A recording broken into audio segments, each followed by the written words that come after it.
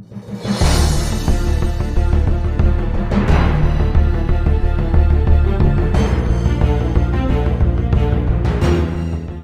everyone, I am Manohar and you are watching my YouTube channel Educational Manohar.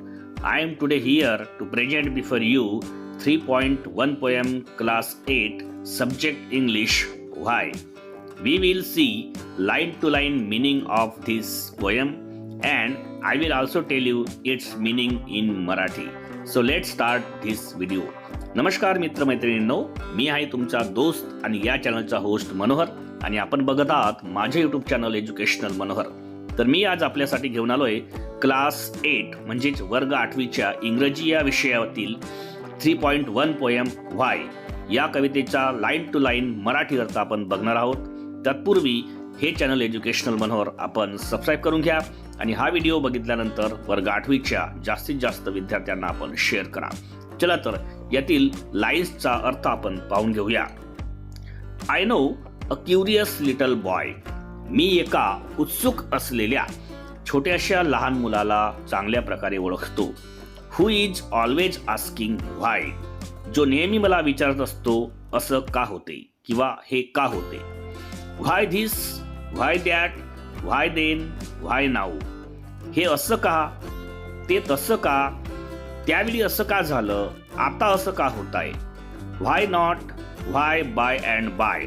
असं का होत नाही, व्हाय by and bye, आणि हे असंच का होत राहते. तर अशा पद्धतीने या 4 ओळींचा आपण अर्थ पाहिला. दुसऱ्या 4 ओळी पहा.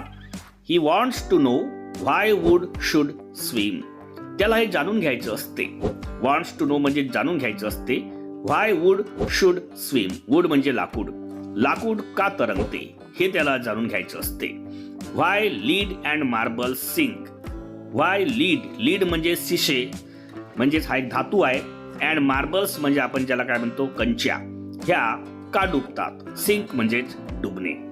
व्हाय स्टार्स शुड शाईन. तारे का चमकतात. And winds should blow. वारा का वाहतो. And why we eat and drink. आणि आपण खातो आणि पितो कशासाठी. अशा पद्धतीचे प्रश्न तो नेहमी व्हाय लावून काय करत असतो, विचारत असतो. यामध्ये आपण पुन्हा समोर बघूया. He wants to know what makes the clouds. त्याला हे जाणून घ्यायचे असते की ढग कशापासून बनतात. And why they cross the sky. आणि ते नेहमी आकाशात इतरत्र इकडे तिकडे का फिरत असतात. क्रॉस करणे म्हणजेच फिरणे. Why sinks the sun behind the hills. हा सूर्य नेहमी पहाड्यांच्या, हिल्स म्हणजेच पहाड्यांच्याच मागे का नेहमी डुबतो. अँड व्हाय द फ्लावर्स डाय. आणि फुले उमलल्यानंतर ती मरून का पडतात किंवा ती उन्मळून का पडतात. अशा पद्धतीचे प्रश्न त्याला नेहमीच सतावत असतात. त्यानंतरच्या बघा. He wants to know why wind should come. त्याला हे जाणून घ्यायचं असते की हवा किंवा वारा का येतो. From out the bellows nose. कुठून, आपल्या नाकामध्ये असणाऱ्या नाकपोळ्यांच्या मधातून आपल्याला हवा का येते. Why pop guns should go pop. Pop guns ह्या पॉप पॉप असाच आवाज का करतात. And why the ocean ebbs and flows. यामध्ये हे म्हटलं आहे की जे सागर आहेत त्या सागरामध्ये येणाऱ्या ज्या लाटा आहेत त्या लाटा का येतात आणि त्या मागे पुढे का वाहतात हेही त्याला जाणून घ्यायचं असते. त्यानंतरच्या 4 ओळी बघा.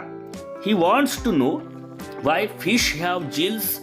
त्याला हे जाणून घ्यायचं असते की फिशला जिल्स म्हणजेच कल्ले का असतात.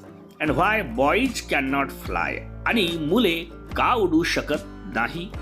व्हाय steam comes from the kettle spout. नेहमीच केटलीच्या त्या नळीमधून, स्पाउट म्हणजेच नळी म्हणतो, वाफच का बाहेर येते. And rain falls from the sky. आणि हा पाऊस आकाशातूनच का पडतो. त्यानंतरच्या 4 ओळी बघा. He wants to know why cold should burn. त्याला हे जाणून घ्यायचं असते की कोळसा का बरं जळतो. And not a bit of stone. मग कोळसा जळत असेल तर दगडाचा तुकडा किंवा दगड का जळत नाही. How seeds get in apple core. जे बिया असतात त्या बियाणांतून ॲपलचं अंकुर कसं फुटते. And marrow in the bone, bone मध्ये मॅरो कुठून येते, अशा पद्धतीचे प्रश्न तो नेहमीच विचारत असतो. आणि म्हणून म्हटलेलं आहे की व्हाय या कवितेमध्ये व्हायनीच सर्व काही तो विचारत असतो. त्यानंतरच्या 4 ओळी बघा. He wants to know why ice should melt, त्याला हे जाणून घ्यायचं असते की बर्फ का वितळते. Why spiders eat the flies, आणि जे स्पायडर आहेत ते माशांनाच का खातात. व्हाय बीज शुड स्टिंग, मधमाश्या डंक का मारतात. And why the yeast should make the dough to rise, आणि ईस्ट पासून शेवटी आपण ज्याला म्हणतो तो लादा का बनतो. डग म्हणजेच लादा म्हणू आपण त्याला. त्यानंतरच्या शेवटच्या 4 ओळी बघा. Some of his whys are not too hard, कदाचित त्याचे काही जे व्हायने विचारलेले प्रश्न हे तेवढे कठीण नसतात. टू आन्सर, उत्तर द्यायला तेवढे कठीण ते नसतात. इफ यू विल ट्राय, जर तुम्ही प्रयत्न केला तर. But other no one ever it, पण दुसरे काही प्रश्न असेही असतात की जे आजपर्यंत कोणी has found the region Y, जे आजपर्यंत कोणी समजू शकला नाही की त्यांच्या मागे व्हाय हे का असते किंवा त्यांच्या मागचं कारण काय असते. तर अशा पद्धतीने आजची ही पोएम मी आपल्यासाठी घेऊन आलो होतो, ज्या पोएमचं नाव होतं व्हाय. क्लास 8 ची इंग्लिश मधील 3.1 ही पोएम होती. या पोएमचा line to line Marathi meaning मी सांगण्याचा आपल्याला प्रयत्न केला. त्यामुळेच हा व्हिडिओ नक्की आपल्याला आवडला असेल अशी मी अपेक्षा करतो. व्हिडिओ आवडला असेल तर त्याला एक लाईक आणि जास्तीत जास्त शेअर करायला आपण विसरू नका. आणि हे चॅनल एज्युकेशनल मनोहर यावर आपण नवीन असाल तर हे चॅनल आपण सबस्क्राईब करायलाही विसरू नका.